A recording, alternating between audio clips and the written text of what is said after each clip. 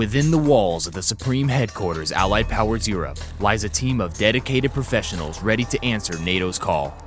Monitoring the globe for potential crises around the clock, this team is equipped with the tools and resources of 28 nations united through a set of common goals.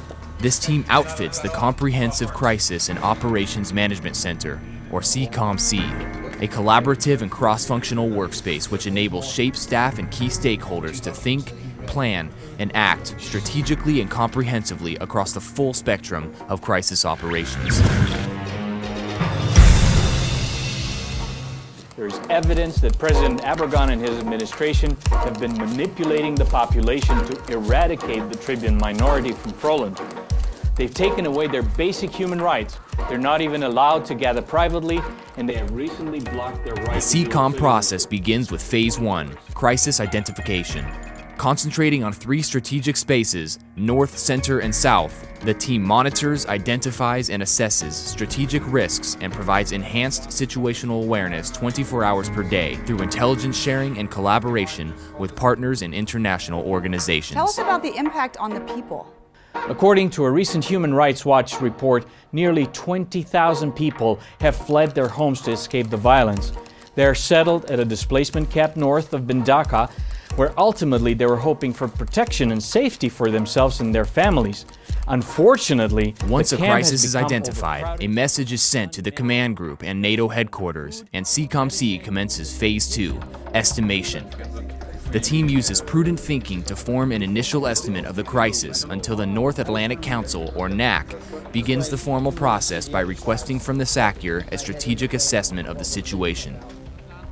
Now in Phase 3, options.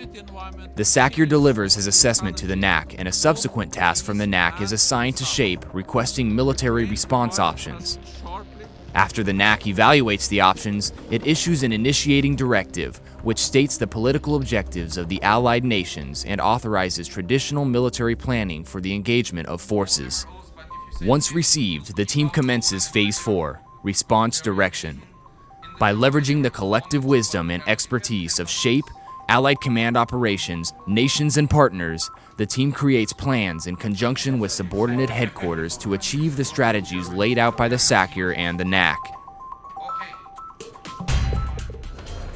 When the NAC approves a plan, it issues an execution directive to the SACEUR, who then delivers an activation order to nations and operational headquarters charged with generating forces.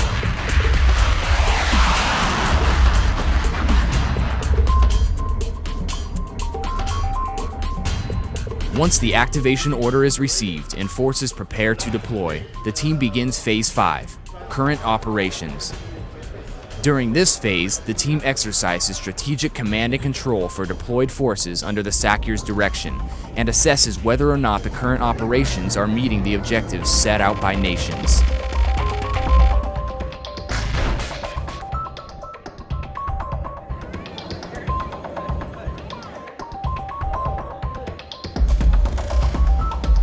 From the start of the operations and through completion, the crisis review phase takes place as SHAPE staff and key stakeholders discuss lessons learned and identified and assess the effectiveness of the operations in regard to political objectives.